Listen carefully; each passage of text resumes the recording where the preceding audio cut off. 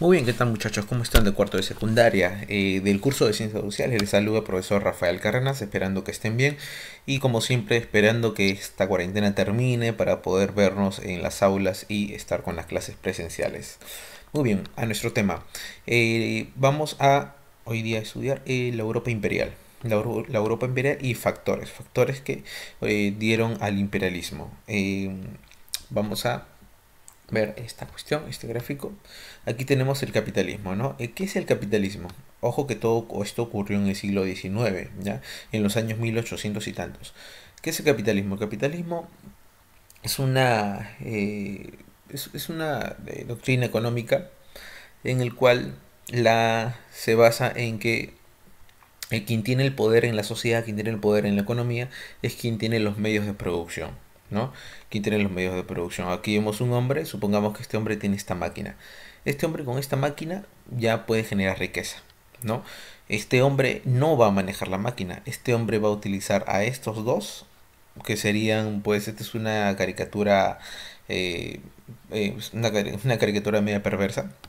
Estos dos serían los obreros de este hombre. Este sería el capitalista, ¿no? Esta es una representación, ¿no? Que en base los tiene como que esclavizados en base a un salario, ¿no? Y estos hombres para obtener este salario tienen que operar estas máquinas. Y estas máquinas son el medio de producción de este hombre. Y este hombre, gracias a este medio de producción, genera riqueza que está aquí, ¿no? Entonces, ¿qué es el capitalismo? Es la obtención de poder, influencia en la sociedad, en la economía, eh, teniendo los medios de producción, ¿no? Los medios de producción. Es el capitalismo. Bueno, entonces el capitalismo en Europa va a generar el imperialismo. ¿Por qué? Porque hacia el siglo XIX ya eran tantas las industrias, las fábricas que se habían hecho en Europa que ya no se daban abasto con su mercado propio interno, es decir, que incluso necesitaban, ya vendían tanto que se dieron cuenta que podían abrir nuevos mercados. O también les faltaba a muchas empresas para hacer los productos que le estaban solicitando en sus países, necesitaban más materia prima, ¿no? Para elaborar esos productos. Por ejemplo, si una empresa en una fábrica de textil, una fábrica textil en Inglaterra, quería producir, pongamos, 1 millón de polos al año, 1 millón de polos al año, pero en su país no encontraba los recursos para, por ejemplo, el algodón para hacer el 1 millón de polos, solamente le alcanzaba para 500.000, para la mitad. Entonces, ¿qué tenían que hacer? Pues tener que buscar en otros lados, y de ahí viene el imperialismo. ¿Qué es el imperialismo? El imperialismo es tratar de expandir tus dominios fuera de tus fronteras, ¿no?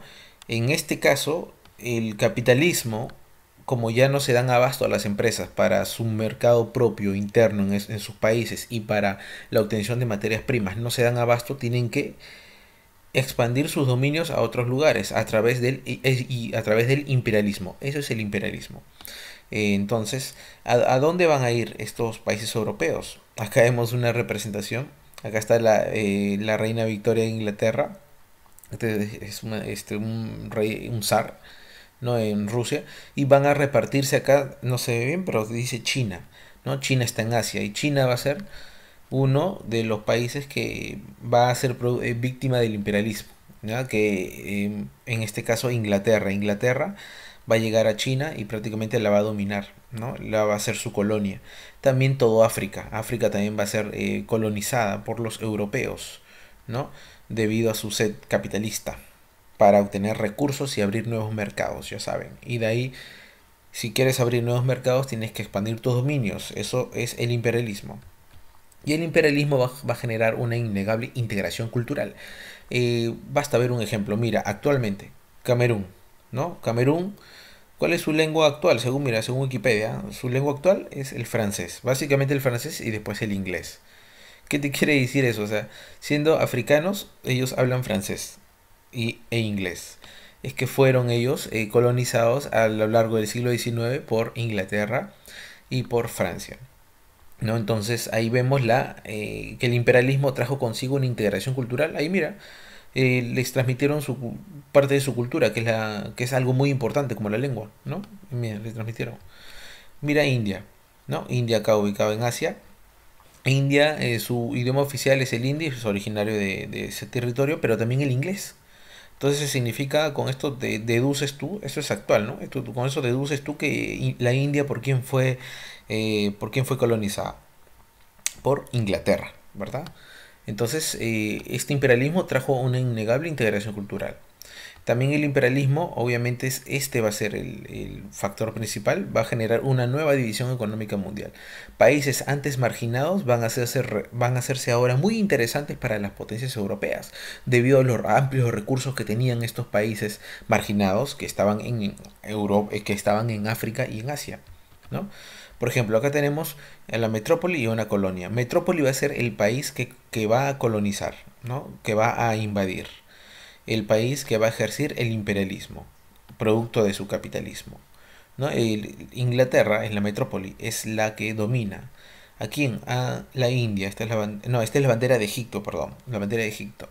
Egipto va a ser la colonia porque es colonizada por Inglaterra. Inglaterra es la metrópoli porque coloniza a Egipto.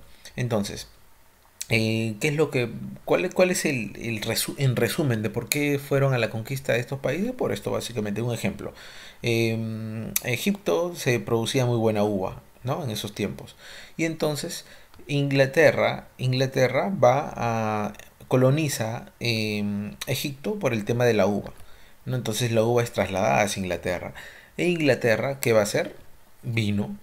¿Qué va a hacer Inglaterra con este vino? Lo va a vender a su mercado también, pero también, aunque no lo creas, también va a llegar a Egipto. O sea, no solamente este vino se vendía solamente en Inglaterra o a Europa, también se vendía, llegaba también incluso a la colonia. Entonces, de alguna u otra manera, se puede decir también de que las colonias, no solamente las metrópolis fueron las beneficiadas por obtener básicamente todos los recursos y la mano de obra de los países colonizados, sino también los territorios colonizados también llegaron a obtener ciertos beneficios, porque no me van a negar aquí que en estos tiempos muchos egipcios se llegaron a divertir con el vino inglés, obviamente que sí, hacían sus fiestas y todo, pero no olvidemos de que esto no es como ahora, ¿no? Hoy en día se da esto también. Hoy en día se da esto, se puede entender, pero acá entendamos la diferencia. La diferencia de hoy en día que se da esto con el siglo XIX es que hoy en día hoy en día se puede dar esto, pero los dos países son independientes. Los dos países tienen sus propias reglas. Los dos países tratan de salir en la medida igual de beneficiados. En la actualidad, los dos países no tienen injerencia uno sobre otro política. En cambio, en esos tiempos no había eso, pues, ¿no? La metrópoli controlaba a la colonia no solamente económicamente, sino también políticamente, ¿no? Políticamente los controlaban. Entonces, siempre pues había un beneficio demasiado mucho, super archi mayor, el beneficio para las metrópolis, ¿no? Y eso es lo que se da básicamente en el imperialismo de la Europa imperial del siglo XIX. Entonces todo esto es el factor económico del imperialismo, que genera el imperialismo. Hay otros factores también del imperialismo que generaron el imperialismo, por ejemplo el demográfico, ¿no? Europa estaba muy sobrepoblada, ¿no? Los países como Inglaterra, Francia estaban sobrepoblados, así que no había trabajo para todos. Entonces muchos tuvieron que ir a otros países, como por ejemplo, miren acá, los franceses, casi millón y medio de franceses van a irse a África del Norte, que eran a donde estaban las colonias. O sea, Francia va a invadir colonias, va a invadir territorios en África del Norte. Y ahí se van a abrir muchas fábricas. ¿Y qué es lo que va a hacer? O también se van a abrir muchos sitios para extraer materia prima, como minerales. Entonces, muchos franceses que no sentían que tenían un lugar en su país, porque no tenían oportunidades, ¿qué hicieron? Se fueron a las colonias a conseguir trabajo, ¿no? Esta va a ser una característica del imperialismo. Se van a mover millones de personas por el factor económico, en busca de encontrar mejores lugares. ¿De dónde van a salir la mayoría de esas personas? De Europa, porque Europa estaba sobrepoblada ya hacia el siglo XIX. Entonces tenemos ahí el primer factor, el demográfico. En cuanto al factor político, tenemos la extensión, que el imperialismo se dio también básicamente por una extensión del nacionalismo. ¿Qué significa eso? Es como cuando, por ejemplo, un país dice, oye, mi país es lo máximo, yo amo mi país es lo mejor. Entonces, hasta ahí, bueno, puede ocurrir algo negativo. Si un país dice ser superior, lo que, lo que probablemente pueda suceder es que ese país quiera, o entonces se sienta en la necesidad de dominar a otros, ¿no?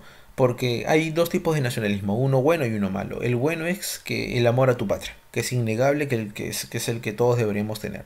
Pero el otro es el amor superlativo exagerado, que cuando se llega a esas instancias, llegas a decir, oye, mi país es tan bueno, es tan bueno, es tan superior, mi país es lo mejor, mi raza, mi cultura es lo mejor, que merezco los recursos que tienen otros países, merezco los recursos que tienen otros territorios, merezco dominar a otros, ¿no? Que no son como yo, que no son de mi nación. Entonces, en base a ese pensamiento, también muchos países, los países de Europa van a irse a invadir estos países esos territorios de África y de Asia, ¿no? También muchos lo hacían por un tema de prestigio, ¿no? Que en ese tiempo ser un país se peleaban por tener quién tenía más colonias. Quien tenía más colonias de alguna u otra manera tenía más prestigio dentro de Europa, ¿no? Ese es el factor político. Y en cuanto a lo ideológico, va a haber una malinterpretación de la teoría de la selección natural y de evolución de Darwin, ¿no? Muchos europeos van a justificar su colonialismo, muchos europeos van a justificar el que invadan África o Asia con la cuestión de que ellos son superiores, superiores en raza. ¿No? Hasta incluso habían estudios en esa época malintencionados que se daba todo con tal de justificar el dominio sobre los africanos, por ejemplo. Habían estudios malintencionados que decían que donde se estudiaban dos cráneos, uno de un hombre blanco y uno de un hombre negro. Y se decía en ese estudio que el cerebro de un hombre negro era mucho más pequeño que el cerebro del hombre blanco.